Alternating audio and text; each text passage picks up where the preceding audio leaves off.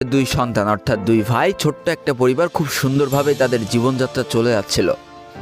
বড় ভাই একটা কোম্পানিতে লেবারের চাকরি করে, বাবা কৃষিকাজ করে, আর তাদের ছোট সন্তান অর্থাৎ ছোট ছেলে কিন্তু ক্লাস 8-এ পড়াশোনা করে।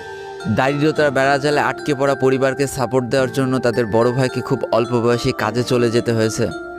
এই জন্য বড় ভাইয়ের পড়াশোনাটা ঠিকমতো হয়ে ওঠেনি। তবে বাবা মার একটাই স্বপ্ন ছিল যে তাদের ছোট সন্তান অর্থাৎ ছোট ছেলে যাতে উচ্চশিক্ষায় শিক্ষিত হয়।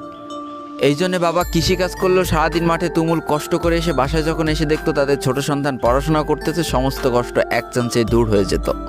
আর তাদের ছোট সন্তান পরিবারে অভাব দেখতে দেখতে বড় হচ্ছে, তো তাই সে একটা সময় ঠিক করেই ফেলে যে তাকে অনেক বড় হতে হবে, লেখাপড়া করে অনেক বড় মানুষের মতো মানুষ হতে হবে। আর ঠিক এমনটাই হতে থাকে। তাদের ছোট ছেলে খুব ভালো রেজাল্টও করতে থাকে, প্রত্যেক ক্লাসে টপ হতেও থাকে। তবে তার একটা বদ অভ্যাস ছিল, সেটা হচ্ছে ফ্রি ফায়ার গেম খেলা। করোনা চলার সময় যখন তার স্কুল বন্ধ হয়ে যায়, তখন তার বাবা এবং বড় ভাই